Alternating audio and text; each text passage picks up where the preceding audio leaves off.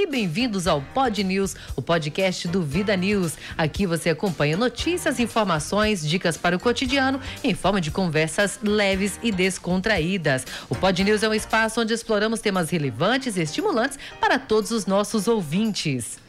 Hoje é dia do Pod News Juventudes. Então aí, a gente está recebendo aqui o Luiz. Deixa eu dar bom dia para ele poder apresentar o nosso convidado também, que está acompanhando o Luiz hoje. Bom dia, Luiz. Bom dia, Cláudia. Bom dia a todos os ouvintes da Rádio Vida Nova FM. Que alegria voltar aqui ao Pod News Juventudes depois de um longo período longe do Pod News. Eu sempre sinto muita falta, viu, Cláudia? A gente também, sem dúvida. Tenho certeza que o ouvinte também, viu, Luiz? E com hoje está aqui comigo o professor Wirk, um amigo, um irmão, para a gente falar sobre educação antirracista. Ótimo. Para a gente aproveitar esse mês de novembro negro, tocar em temas que são muito sensíveis a todos nós, a sociedade brasileira. Hoje mesmo, Wirk, eu recebi uma frase aqui da Conceição Evaristo que eu acho que vai nortear um pouco a nossa conversa. A Conceição é uma homenageada da nossa feira literária lá no Colégio Odilon Berens. Aliás, no dia 18 de novembro, tem um evento grande para acontecer aqui na cidade. Sintam-se todos convidados, posso falar dele mais daqui a pouquinho. A frase é a seguinte, Wirk, que a questão do negro, a questão indígena, não são questões para as pessoas que são vítimas resolverem, são para a nação resolver. Conceição Evaristo. Wirk, você não faz ideia, rapaz, do tanto que eu estava esperando por esse momento. Seja bem-vindo. Gente, bom dia para todos vocês. É um prazer muito grande estar aqui de volta à Rádio Vida Nova FM. Meu nome é Wirk Ferreira, eu sou professor no Instituto Federal de Minas Gerais, lá no campus São João Evangelista. Eu sou mestre em Educação Profissional e Tecnológica e tem uns 7 anos que eu estou nessa vibe aí de estudos de letramento racial, das relações étnico-raciais. Teve disso também um pouco no meu mestrado e eu gostei do tema e a gente está aí estudando. Eu estou feliz de voltar aqui porque é a primeira vez que eu venho aqui na Vida Nova desde que eu saí daqui, Luiz. Eu me formei locutor de rádio aqui na Goiânia FM, né? E aí, quando a rádio foi adquirida pela Diocese, a gente saiu, a gente foi estudar fora. E depois mais nunca eu voltei. É a primeira vez que eu tô voltando aqui aos microfones da Vida Nova. Seja bem-vindo. Eu fico muito feliz de estar aqui, porque a Vida Nova tem uma, mesmo sendo Goiânia FM, tem uma parcela muito grande, né? Na formação da minha construção, da minha identidade, como estudante, dos meus estudos. A co-irmã também aqui de Goiânia também tem. Feliz de estar aqui ainda mais com você, pra gente tratar de um assunto que é um assunto que tem que ser rediscutido, que a sociedade brasileira não pode mais fechar os olhos para ela. E nós, como professores, nós não podemos também fingir que a escola não é este locus de combate, não é esse locus de pensamentos decoloniais, né? A gente precisa tratar os nossos adolescentes, dar a esses adolescentes uma visão que não seja essa visão imposta por uma cultura brancocêntrica europeia. Então vamos lá, viu, Cláudia? Vamos lá, tô gostando de ver, tô vendo que o assunto hoje tem pano pra manga. Ô Wirk, a gente pensou em 3 eixos aqui para iniciar essa abordagem, né? Primeiro, a legislação que existe hoje no país, incluindo no nosso caso, no caso da educação escolar, a Lei 10.639, que obriga as escolas de educação básica a ensinar história e cultura afro-brasileira. A gente se pergunta em que medida a gente avançou nesse propósito. Há também a lei que criminaliza o racismo e a injúria racial. E há também, mais recentemente, até encabeçado, eu poderia dizer assim, por uma deputada federal aqui de Minas Gerais, a Dandara, a atualização da lei de cotas para mais 10 anos, com elementos que foram incluídos aí. Então, o que essa legislação... E aí, a pergunta que eu faço é a seguinte: a gente ouve muito falar sobre o racismo estrutural. Aliás, é uma tese muito defendida pelo Silvio Almeida, você conhece bem, vai explicar pra gente. Mas diante de um arcabouço legislativo tão grande, ainda faz sentido a gente falar sobre racismo estrutural? Ou o país tem crescido no combate ao racismo e às desigualdades econômicas, sociais, culturais provocadas por esse mal que persiste na sociedade brasileira? São muitas questões, vamos tentar particularizar cada uma delas aqui, Luiz. Antes eu queria deixar aqui um abraço registrado para o meu grupo, lá em São João Evangelista, está na escuta do campus São João Evangelista, o grupo de educação antirracista do campus. Assim como aqui em Goiás, nós temos uma programação muito bacana lá a partir de segunda-feira, na terceira semana integrada de educação antirracista do campus. Na verdade, é uma semana que envolve todos os institutos de Minas Gerais, todos os campi do Instituto Federal de Minas Gerais. Então eu queria nominar esses abraços. Então, um abraço para a professora Márcia Cesário, professora Fernanda Efren, professora Lília, professora Kátia, para o Deilia Vinícius, professora Margarida Egino, o nosso grupo que está lá nessa semana, lá no site do campus, tem a programação completa, para a gente não perder muito tempo. Entre lá, confiram e vão participar com a gente, tá bem? Bem, o mês de novembro é o mês da paciência negra, né, Luiz? A gente precisa voltar em uma série de assuntos que já deveriam estar superados, pelo menos dentro do pensamento brasileiro. E esses pensamentos não estão superados, não é por falta de estudo, é por ideologia, é por estratégia da branquitude. Não é? Quando eu falar de branquitude aqui, meus colegas, eu vou estar dizendo às pessoas brancas como um aspecto político, tá bom? Porque eu gosto de pessoas brancas, tenho até amigos que são. Então, a questão do racismo estrutural, ele não foi combatido ainda porque o nome já diz tudo. O Silvio de Almeida, quando ele fala sobre as estruturas do racismo, ele está dizendo de mecanismos impeditivos que impedem a população negra de acessar espaços de poder e cidadania, não é? É estrutural por causa disso. É estrutural porque impede que as pessoas cheguem a esses espaços, que nós, pessoas negras, ocupemos esses espaços. E daí vem uma outra problemática, que é a naturalização da ausência. Se não há pessoas negras nesses espaços, é natural que não hajam. E as pessoas já colocam aí, o pensamento do brasileiro médio, já coloca tudo na conta da meritocracia. Você não está lá porque você não se esforçou bastante. E as pessoas desconsideram toda a transhistória, desconsideram todo o processo de colonialismo, desconsideram todo o processo de colonialidade, inclusive de nossas mentes, em relação à não ocupação e à ausência desses espaços institucionais, desses espaços sociais, desses espaços jurídicos, desses espaços econômicos. Há uma naturalização, há um olhar enviesado sobre essas ausências, né, Luiz? Quando a gente vai nesses espaços, é normal que a gente tem um outro problema, que é a síndrome do negro único. As pessoas costumam confundir representatividade com diversidade. Tem uma pessoa preta lá na escola do Luiz, tem um professor massa, bacana, um professor preto, que é o Luiz. Não, o Luiz conseguiu chegar até aqui, vocês todos conseguem. Essa é uma teoria meritocrática, né? Tem até no livro The Rising of Meritocracy, que traz essa questão. Os pontos de partida das pessoas são pontos de partidas diferentes. As pessoas têm pontos de partidas diferentes. E esses pontos de partida, eles são ocasionados por onde você está inserido ali no seu contexto social, né? Ali na pirâmide. O Pierre Bourdieu, ele chama isso de hábitos, né? A gente tem hábitos. As crianças que nasceram lá na periferia, as crianças pretas, pobres e periféricas, as crianças brancas periféricas, elas partem de um outro ponto de partida. Elas têm um costume, a vivência delas foi produzida através de um outro contexto, não é?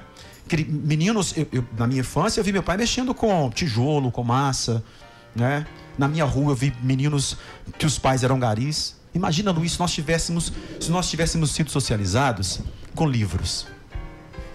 Imagina aí. Eu tô falando de mim, eu tô falando de mais um monte de gente aí, tá bom? De todo mundo que é proletário.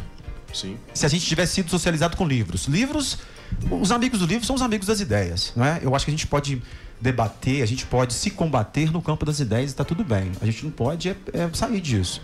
Mas os debates no campo das ideias, ele é salutar. As divergências é que levam às convergências. Mas imagina se a gente tivesse no nosso hábito, na produção da nossa existência, um outro tipo de contato de produzir a nossa realidade material que não fosse essa de pobreza e de miséria. Que não fosse essa de afastamento do centro. Que não fosse essa de marginalização e de invisibilidade.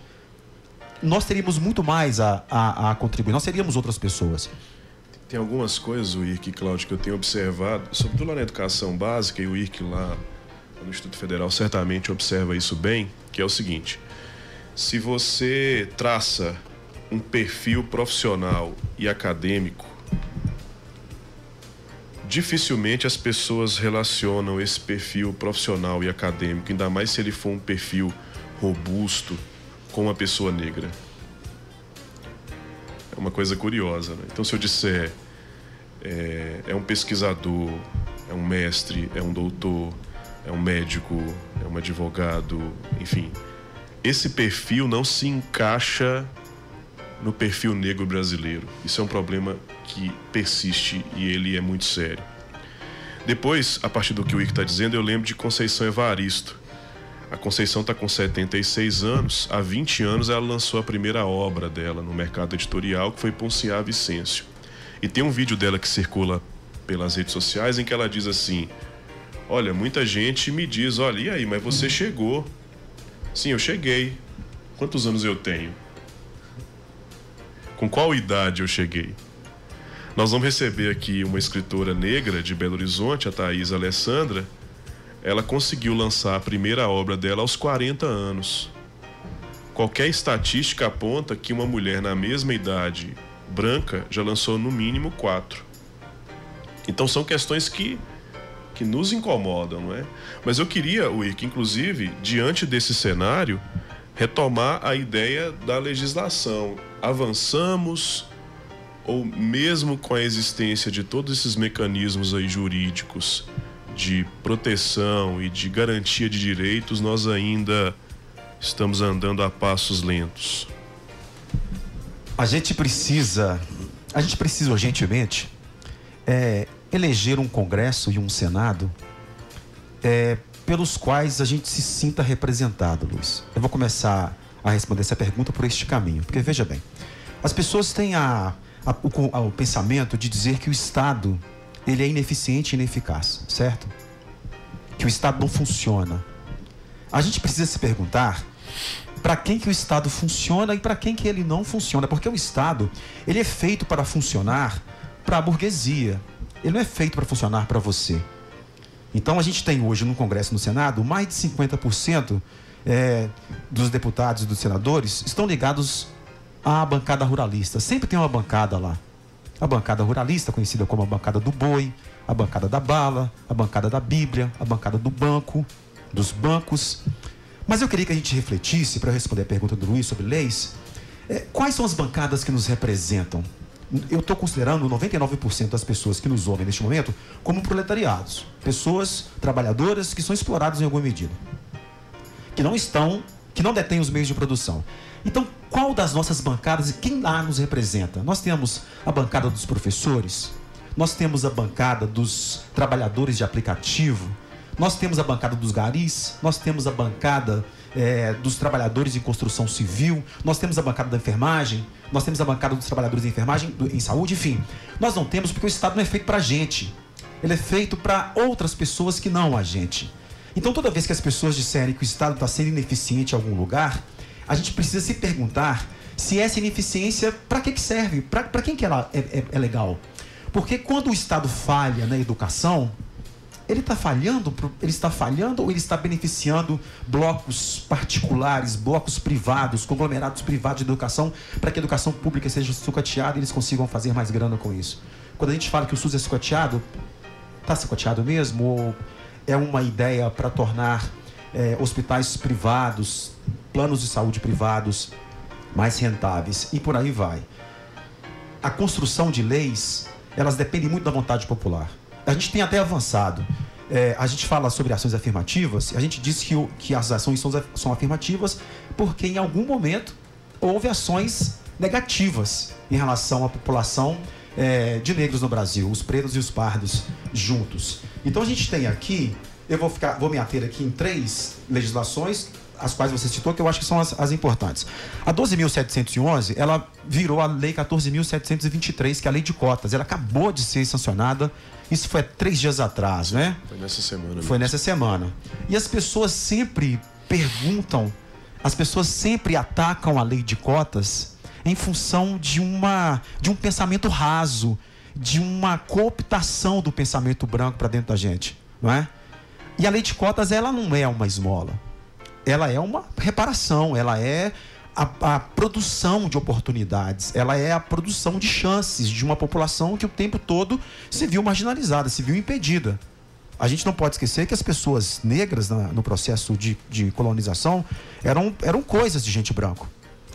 Mulheres eram coisas de gente branca. Nós, homens pretos, nós éramos coisas de mulheres brancas e coisas de homens brancos. A gente não estudava. E isso tem...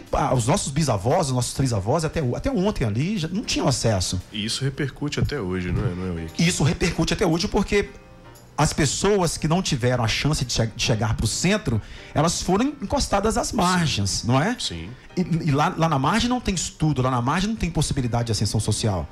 E assim, como a gente está falando de escola, é preciso que a gente se atente ao fato de que não há possibilidade de que as pessoas marginalizadas e invisibilizadas pelo processo de colonização consigam mudar de faixa, uma ascensão social, se não for pela escola. E ainda assim a escola está com problemas. Então a Lei 12.711, que foi agora sancionada pelo presidente Lula, ela aumentou o seu espectro de ação, né? Ela reduziu a cota socioeconômica, quer dizer, você precisa ser estudante de escola pública e agora não mais ter renda de 1 salário mínimo e meio, mas ter renda de um salário apenas, não é? Ela incluiu na lei os quilombolas, ela garantiu a cotização para estudantes em pós-graduação, ou seja, quem for fazer uma pós-graduação, um mestrado, um doutorado, vai poder entrar pelo sistema, e ela ela estendeu como prioridade o pagamento dos auxílios estudantis para quem está em vulnerabilidade social, não é? É uma lei de fundamental importância para garantir de direitos. É uma lei afirmativa.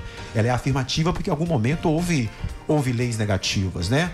Em relação a 10.639, que obriga a escola, os sistemas de ensino públicos e privados brasileiros a ensinarem a história da cultura africana e da cultura afro-brasileira, ela ainda carece de fiscalização, né? Essa semana mesmo, eu estava vendo que houve uma reunião da SECAD, que é a Secretaria de Alfabetização de Jovens e Adultos, também de Diversidade e Inclusão, é uma secretaria vinculada ao Ministério da Educação e Cultura. Eles tiveram uma reunião em Brasília para definir alguns passos, Luiz, e ouvintes da Vida Nova, para a gente fazer cumprir essa lei. Sim. Porque essa lei, ela, em muitas instituições de ensino, ela não é cumprida. Então o Ministério da Educação, através da SECAD, ele quer elaborar um plano de ação que fiscalize, que dê conta de produzir, que essa lei produza efeitos, que essa lei seja efetiva, que essa lei seja eficaz. Depois da contrarreforma do ensino médio, a Lei 13.415 de 17, que sucateou o ensino médio das escolas públicas, essas políticas foram esquecidas. E elas estão voltando agora à tona após esses 4, 6 anos aí de um Estado neoliberal que só quis entregar as coisas que a gente tem. Então, é de fundamental importância que a 10.639 ela esteja colocada na mesa dos currículos das escolas, que os diretores das escolas públicas e privadas façam cumprir a lei. Daí a importância da gente ter pessoas ocupando esses espaços de poder e cidadania, porque é problemático, é muito problemático que diretores de escolas públicas e privadas não consigam perceber a importância da lei, porque senão a gente acaba caindo na construção de estereótipos de que nós, pessoas negras, não produzimos a história deste país. Então, quando se obriga a estudar a história da cultura afro-brasileira, da cultura africana no seio das escolas brasileiras, a gente quer dizer o seguinte: olha, existe uma história aqui que não está sendo contada. Existem personagens da história do Brasil que não se separa da história da escravização no Brasil, porque a branquitude quer fazer isso, quer colocar a história do Brasil numa reta e a história da escravidão das pessoas em outra reta. Essas histórias não dialogam. E essa lei é importante, Luiz. Eu fico imaginando que ela dialoga muito com as ideias de decolonialidade, sabe? Porque é preciso que a gente conte uma história que a história não contou. Tem até um samba da Mangueira, da Estação Primeira de Mangueira, que fala sobre isso, né? A história que a história não conta. Desde 1500 tem mais invasão do que descobrimento. Tem sangue retinto pisado atrás do herói emoldurado. Mulheres, tamoios, mulatos. Eu quero um país que não tá no retrato. Brasil, o seu nome é Dandara e a sua cara é de Cariri. Não veio do céu nem das mãos de Isabel. A liberdade é um dragão no mar de Aracati. E aí ela vai dizer: salve os caboclos de junho. Quem foi de aço nos anos de chumbo? Brasil chegou a vez de ouvir as Marias, Mains, Marielles, Malês. É um samba-enredo de lindo. 5 semestres letivos. Mas ele dialoga com essa ideia de decolonialidade. Existe uma série de heróis emoldurados na história brasileira que nós vimos desde que nós fomos introduzidos no sistema escolar, que são os nossos heróis, não é? Eu estou muito impactado, a partir do que você está dizendo, por uma fala que eu ouvi muito recentemente do Gilberto Gil, e eu acho que tem a ver com essa questão da identidade. Porque como nas escolas há uma subrepresentação, e quando eu falo de subrepresentação é porque quase que de uma maneira geral, as pessoas que acessam esses espaços de poder nas escolas públicas e privadas não são pessoas negras. E quando são pessoas negras, estão atrasadas no processo de construção da própria identidade. E aí transformam a escola, e esse é o alerta do Gilberto Gil, num espaço de folclorização do negro no Brasil. Eu cheguei numa escola um dia desses e vi que havia, na mesa da sala dos diretores, um monte de desenhozinho de pessoas pretas, até muito bonito, achei até muito bem feito, mas fiquei me perguntando, isso não seria a folclorização? O que quer dizer a folclorização? É como se para o negro sobrasse o samba, sobrasse a capoeira, sobrasse outras manifestações da cultura e da expressão popular, mas nos outros espaços e na produção do conhecimento, dos saberes, na partilha daquilo que o movimento negro constrói, o modo como nós precisamos chegar a esses espaços é sempre um modo muito dificultado pela branquitude, porque a grande verdade é essa: a gente tem muita dificuldade, e esse obstáculo ele é imposto pela branquitude, de acessar os espaços de poder. E talvez, e eu entendo dessa maneira, o Irk pode refletir sobre isso melhor, todas essas legislações, todas essas leis, elas querem garantir que esse processo não seja ainda mais difícil e nem demore mais do que já demorou, sabe? Eu fiz uma pesquisa recentemente ali no colégio para identificar alunos em evasão escolar. Mais de 90% são negros. Ou seja, são alunos e alunas negros, negras que não concluíram a educação básica e que vão inevitavelmente chegar ao mercado de trabalho precarizados. E 90% é um número alto. É. Eu fiz essa pesquisa tem uns 2 anos. Eu fui até os arquivos da escola para identificar qual que é o perfil étnico e socioeconômico dos alunos que saem da escola antes de concluir a educação básica. Negros, negras, pretos e pardos. Então, se a escola não se propõe a mudar esse cenário, se ela não combate a folclorização, se ela não discute essas questões numa perspectiva mais ampla, se ela não cria estratégias, e eu passo para outra questão aqui com o Irk, de enfrentamento do racismo institucional, a gente não avança. Quando nós começamos a conversar sobre a obra da Conceição Evaristo, é uma das escritoras brasileiras mais influentes dos últimos 20 anos. A biblioteca da escola tinha uma obra dela. Ela já lançou 6, mais uma quantidade, porque ela é uma pesquisadora, mais uma quantidade interminável de artigos acadêmicos e poesias. Tinha uma obra da Conceição Evaristo. E foi curioso porque a professora Tatiana, para fazer o trabalho de leitura com os estudantes do 3º ano do ensino médio, ela teve que adquirir as obras por conta própria. Ou então alguns alunos comprarem as obras. Porque cadê a Conceição Evaristo no PNLD literário, que garante o acesso, o direito à literatura para os estudantes?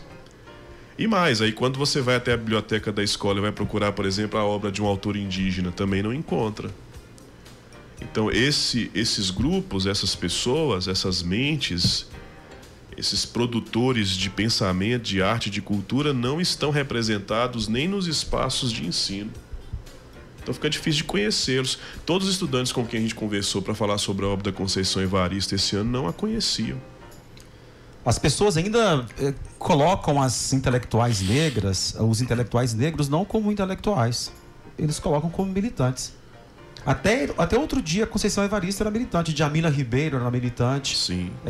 E outras que a gente... Carla Cotirene. E se a gente for pegar fora do Brasil, Patricia Hill Collins, Helena Irata.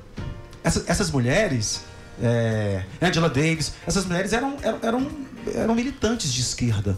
Sim. E não eram consideradas intelectuais. Não eram. E isso é muito sério quando a gente fala de decolonialidade, de trazer para o currículo, de trazer para a escola autores negros, autoras negras, porque a história ela é contada pelo colonizador, não é? As nossas elites, as elites do sul global, né? As elites do sul global elas foram colonizadas pelas elites colonizadoras do norte global para colonizar seu próprio povo.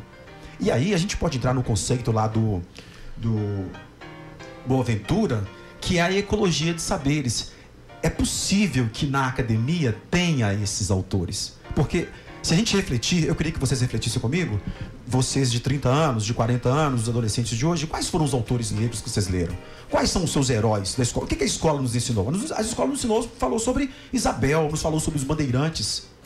Que os bandeirantes eram isso, que os bandeirantes eram aquilo. E tem bandeirante em todo lugar da sociedade brasileira. Pode perceber que tem Avenida dos Bandeirantes, tem Museu dos Bandeirantes, tem uma rede de televisão com este nome. E esses caras não foram o que eles foram. Esses caras foram sanguinários. Foram pessoas que invadiram, que pilharam, que roubaram, que estupraram e queimaram mulheres vivas, mulheres indígenas, povos originários, pessoas pretas, enfim. E eles são pintados na sociedade, nesse colonialismo branco, como pessoas lindas e maravilhosas. E, ao mesmo tempo, eles apagam a história das pessoas que nos fizeram chegar até aqui, Luiz. Sim. Né? Sim. Então, os nossos estudantes não ouviram falar sobre Zumbi dos Palmares, ouviu falar tangencialmente, não ouviram falar sobre Dandara, não ouviram falar sobre Maria Maim, não ouviram Revolta dos Malês, a revolta haitiana. Quando que a história lá nos currículos das escolas públicas tiveram lá um momento que as pessoas foram discutir a revolta no Haiti, né?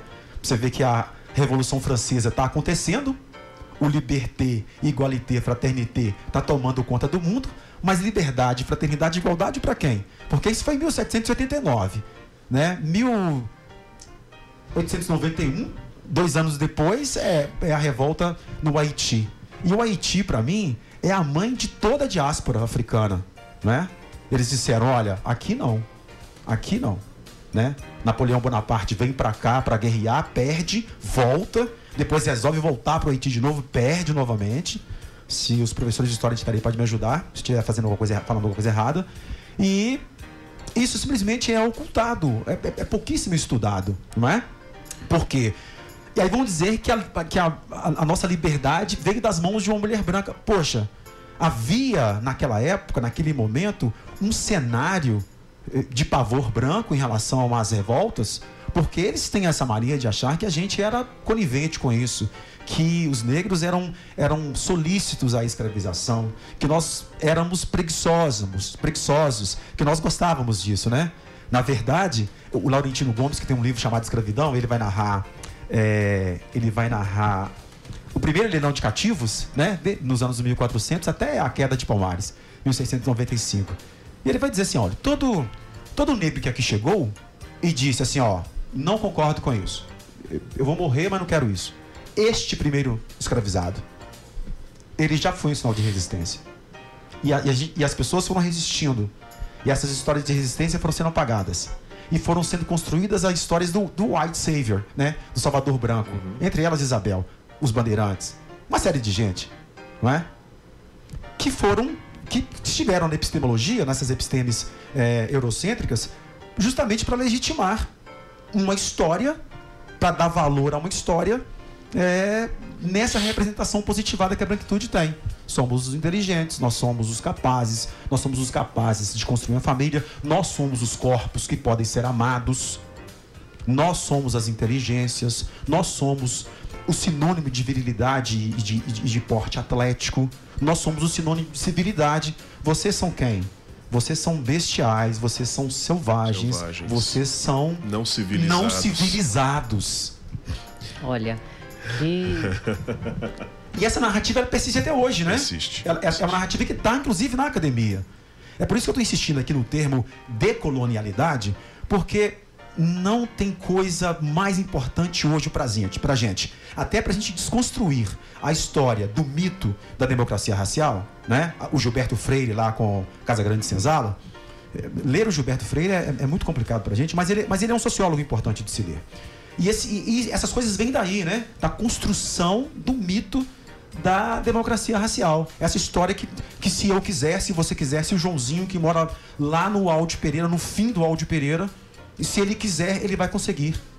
Se ele quiser, ele vai conseguir. A gente precisa refletir sobre isso. Que o convívio é pacífico, não é? E que não há nenhum confronto, nenhum conflito, e que estamos bem assim.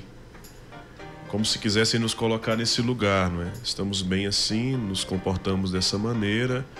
Tem um amigo meu que diz assim, é como se os instrumentos de domesticação fossem cada vez mais potentes. Nós aceitamos a sua presença desde que... E aí eu passo, acho que para o terceiro momento aqui da nossa conversa. A Cláudia deve estar no finalzinho, nosso tempo já está, né? Esgotando. Que é quando a Cláudia lembra, nós trouxemos aqui uma aluna do colégio, a Joyce. Mencionar isso. E ela foi falar sobre o racismo e foi dizer sobre as feridas que o racismo deixou na vida dela, ainda lá na escola de educação fundamental. E ela disse uma frase que me chamou a atenção, compartilhei com o Irk mais cedo, vou reproduzir aqui, que é mais ou menos a seguinte: o racismo diminuiu a minha autoestima. Olha. Eu comecei a me questionar sobre quem eu sou, sobre se deveria permanecer na escola, sobre o direito de aprender. E no final, desculpa, ela falou assim: só há uma maneira de acabar com isso, se esses espaços de poder forem ocupados por pessoas pretas. E é isso, porque a branquitude vai colocar pra gente uma forma de vivência que é a forma de vivência deles, para desconstruir as nossas existências, para desconstruir a nossa forma de viver, não é? O que a gente construiu até hoje. E isso só será possível porque a gente precisa considerar o racismo como uma estrutura, não é? É uma estrutura da sociedade brasileira. E essa estrutura, ela não será desmontada enquanto houver capitalismo. Enquanto houver capitalismo. A gente precisa nos unirmos para a gente dialogar inventar formas de ocupar esses espaços de poder. Para a gente poder falar da gente. Não é? A gente está fazendo 10 anos a lei. A última lei que a gente não falou, rapidinho, tá bom? A gente tem quanto tempo aí? Finalizando já. Então tá bom. Mais um minuto só para mim, então. A lei que equiparou o crime de racismo, o crime de injúria racial, o crime de racismo, ela está fazendo 10 anos agora. Ninguém nunca foi preso. E isso, quando ninguém nunca é preso por racismo ou por injúria racial, qual é o recado que a sociedade manda? Qual é o recado que o judiciário manda, que é um judiciário branco? Olha, pode fazer, não vai dar nada. E a gente vê cada dia mais a branquitude se arvorando no sentimento de impunidade para perpetrar esses atos. E de prepotência. Esses crimes de racismo. Então, um negro é açoitado à luz do dia e o caso é arquivado pelo Ministério Público. Um homem branco pega uma arma e aponta para uma criança negra em plena luz do dia. E a pergunta que eu faço é: se aquele homem fosse negro com a arma na mão, o que teria acontecido? Se aquele menino negro tivesse tombado, se aquele corpo preto tivesse tombado ali naquele momento, não é? O que seria? O que teria acontecido? Então, a gente precisa realmente de ficar juntos para a gente ocupar esses espaços no judiciário, no executivo, no legislativo, nas escolas públicas, nas escolas privadas, nas representações da sociedade civil, em todos os lugares. A gente precisa ter esse tipo de gente. E a gente só vai ter esse tipo de pessoa quando a gente lutar por um currículo que seja um currículo decolonial. Tá dado o recado, eu já acho. Não, você viu que eu fiquei aqui de espectadora, só acompanhando, achando que foi assim, espetacular. E também achando que se a gente tivesse que ficar aqui o dia inteiro, a gente já tinha muita coisa para falar, né?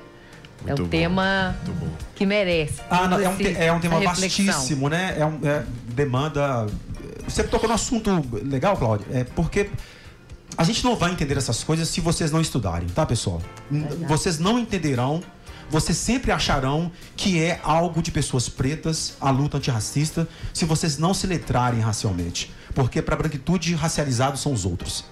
E branquitude é uma forma de racialização, não é? Sim. Então é preciso que a gente estude, é preciso que a gente lê, é preciso que a gente debata, é preciso que a gente troque ideias. Não vai haver construção de uma sociedade antirracista se não houver participação das pessoas brancas, porque foram vocês que inventaram isso. Foram vocês que criaram esse sistema. Foram vocês que nos nomearam como pretos. Foram vocês que nos nomearam como incapazes. Foram vocês que nos nomearam como coisas.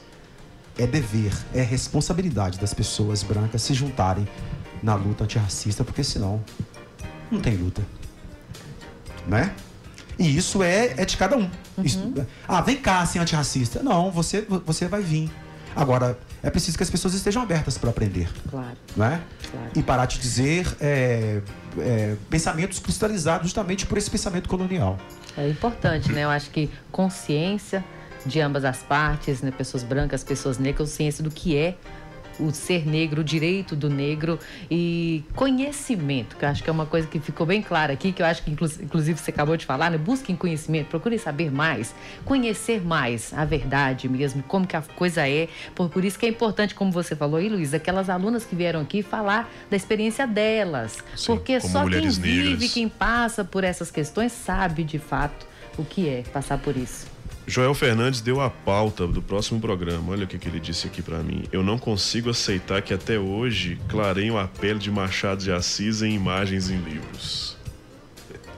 Isso é pauta para um próximo programa, não é? Este assunto, ele tem um livro que chama Colorismo, ele trata muito bem disso, né? Ele vai mostrar como o tom da pele, a cor da pele dá para as pessoas negras passabilidade ou não em frente à branquitude. Quanto mais você se aproxima do ideal de cor global, mais passabilidade você tem. Quanto mais você se distancia disso, ou seja, pessoas pretas retintas, mais longe elas estão dos espaços de poder e cidadania. Só eu estou dizendo isso, não. Há estudos, há autores que... Mas é uma das pautas interessantes, porque inclusive há colorismo dentro da própria branquitude.